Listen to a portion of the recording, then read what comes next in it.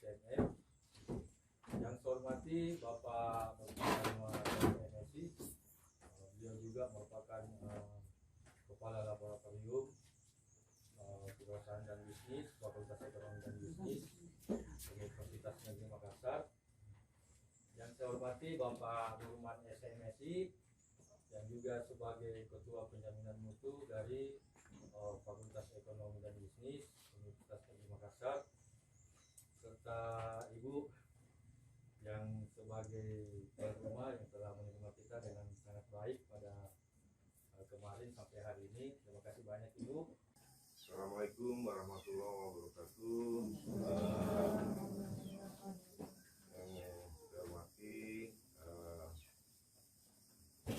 Kepala Desa Tindalun atau yang mewakili,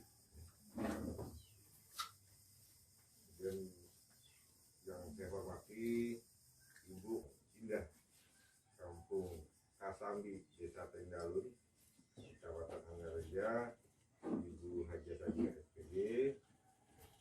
Yang saya hormati Bapak Kepala Lab Fakultas Ilmu Bisnis Universitas Negeri Makassar, Bapak Ketua Penjaminan Mutu FEB Fakultas Ekonomi Universitas Negeri Makassar, Bapak dosen yang ikut dalam rombongan kami, dan Bapak Ibu warga Desa Tindalun serta Ananda mahasiswa yang saya cintai.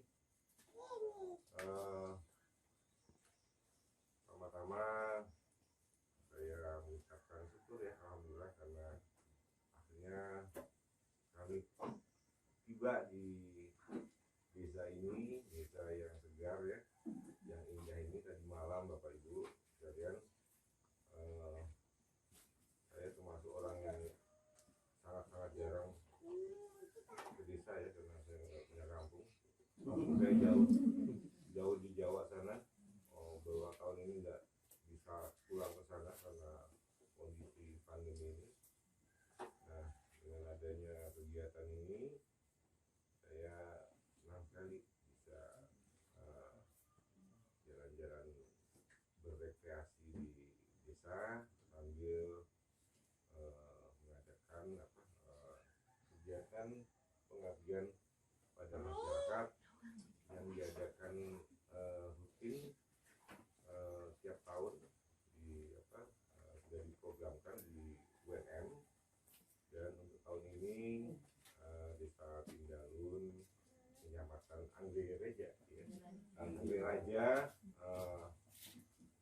memberikan ini sebagai lokasi pengabdian pada masyarakat terpadu. Kegiatan sementara nanti akan berkembang menjadi pelatihan keterampilan pembuatan jagung misalnya, pembuatan kopi nanti yang akan diarahkan oleh Pak Nurman.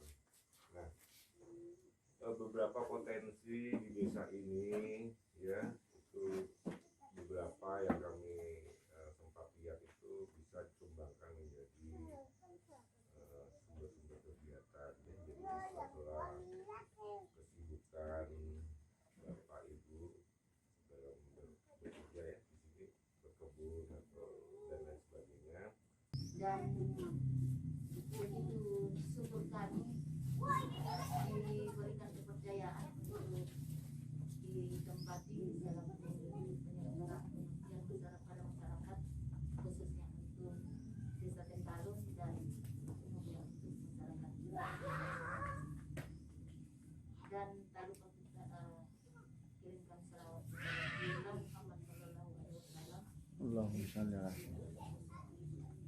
sebagai panutan kita, dan yang kita pedoman menjalankan keseharian kita, baik bakti kepada Allah, begitu juga untuk bakti kepada negara dan masyarakat pada umumnya. Kami sangat merasa berterima kasih dan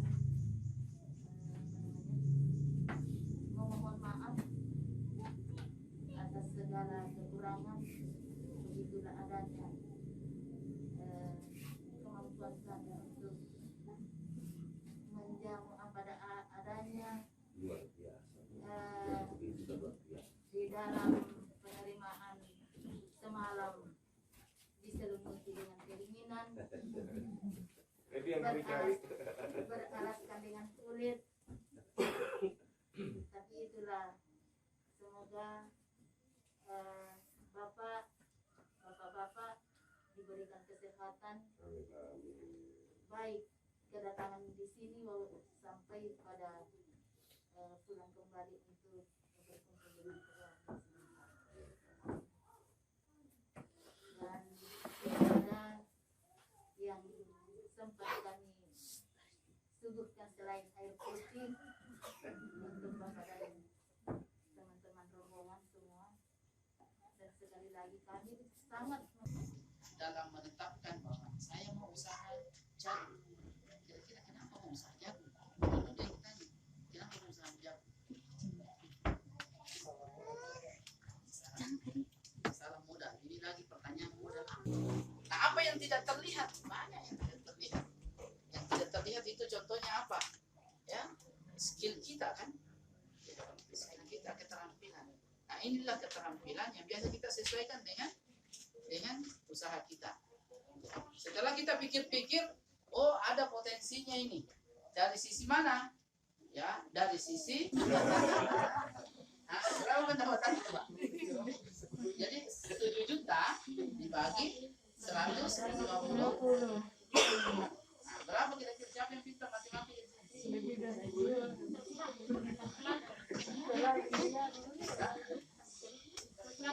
Ya, itu ibu ini. Siapa? Atau dipakai untuk melihat yang lain-lain. Sementara kita tidak pernah menghubungkan internet kita itu, handphone kita itu dengan internet, mencari informasi terkait dengan usaha kita. Tidak pernah. Kalau Pak Hikmah sudah pernah tidak mencari itu? Sudah pernah tidak mencari informasi? Tidak. Apa yang Bapak cari kalau terkait dengan bawang, terkait dengan jagung? Harga jual. Di mana, bagaimana caranya Bapak cari harga? Jadi pernyataannya ini Pak, baik ini diragukan ya. Karena Bapak tidak bisa menerangkan begini caranya saya cari harga. Jadi nanti Pak Rahmat, Pak Hikmah, Pak siapa dari sana? Pak Rasman, kurang. Di mana-mana itu kalau ibu-ibu banyak itu harus. Ya kan sama Bapak. Begini tadi saya dapat. Harus ini dirubah ini. Jangan dijual seperti jagung. Ya. Nah, oke. Cari harga. Cari harga. Berapa perkembangan harga yang ada di pasar? Jangan mau diberikan informasi yang keliru. Kita harus memastikan pasar harganya jagung per kilo sekarang berapa? Berarti 100.000. Berarti 100.000. Berarti 100.000. 100.000 satu hari. Ya. Hah? Ya? Jangan juga. Karena kan Bapak tidak beli daun kelor untuk sayur. Ya. Tidak beli ayam kalau rumah tangga ya. Ya. Jadi rata-ratakan anggaplah 50. Ya, 50.000 kali sekian kali 1 bulan berapa? 1.500.000. Kalau 5 bulan? Nanti kita lihat berapa sebenarnya Pak Rahmat yang bisa menguntungkan. Nanti kita lihat Pak Rahmat. Nah, kita bibit itu berapa? Nah, 10 kilo itu ini untuk 10 kilo. Nah, 10 kilo. Berapa biayanya itu Pak? Yang biasa itu? Ini dong? Ya. Iya. Jadi ini sudah ini konsumsi. Jadi Bapak mau tanam 5 kilo atau 10 kilo kan tidak pernah jadi tambah itu toh, karena perut juga menolak juga. Gitu. Alat bertani, nggak usah bisa sebut itu. Campur paranta tidak ditambah gitu? Tidak ditambah. Kira-kira berapa biayanya itu? Berapa biayanya itu? Berapa alat kita ini? Satu cangkul, satu parang atau apa namanya itu sempro. Nah, berapa kira-kira biayanya? Anggaplah 1 juta. 1 juta ya cukup itu. Sudah cukup ya. 1 juta baru tangki. Ya, berarti 1.500.000 ya. Tangki yang mahal. Ada lagi yang lain itu selain itu? Tidak ada toh? Itu yang tetap ya? Ya, tetap. Anggap. Ya, variabel, bibit. Kita tanam 3 kilo. Tadi jam itu karena saya akan menyampaikan secuil saja ya, kira-kira apa yang kita bisa lakukan paling tidak mengurangi biaya, kalau tidak bisa menambah penghasilan. Kan itu yang itu, kalau kita mau sejahtera dua diperhatikan, apakah biayanya dikurangi atau pendapatannya ditingkatkan. Nah, mudah-mudahan bisa dua-duanya, tapi paling tidak akan mengurangi biaya bapak-bapak dan ibu. Jadi ide saya ini bermula ketika adanya pandemi COVID.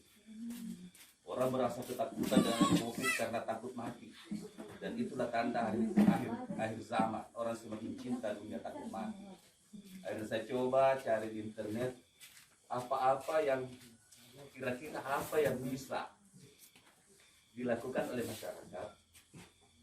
Sumber-sumber apa yang bahwa ide saya itu muncul ketika adanya COVID. Akhirnya saya coba cari di internet kira-kira apa yang bisa, bagaimana caranya ini masyarakat bisa sehat.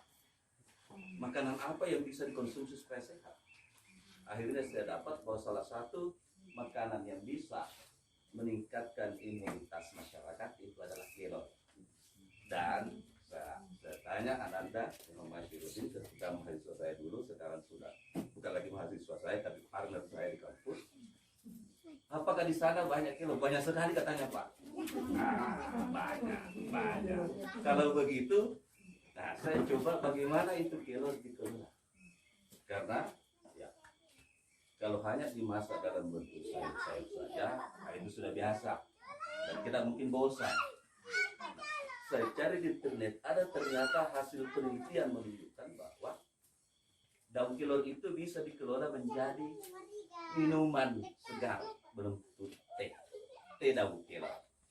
Ya, makanya saya katakan kalau tidak bisa menambah penghasilan, paling tidak biaya bapak-bapak, ibu-ibu bisa ditekan. Tidak perlu beli teh, cukup bikin teh daun kelor. Biaya yang dikeluarkan sudah tidak ada.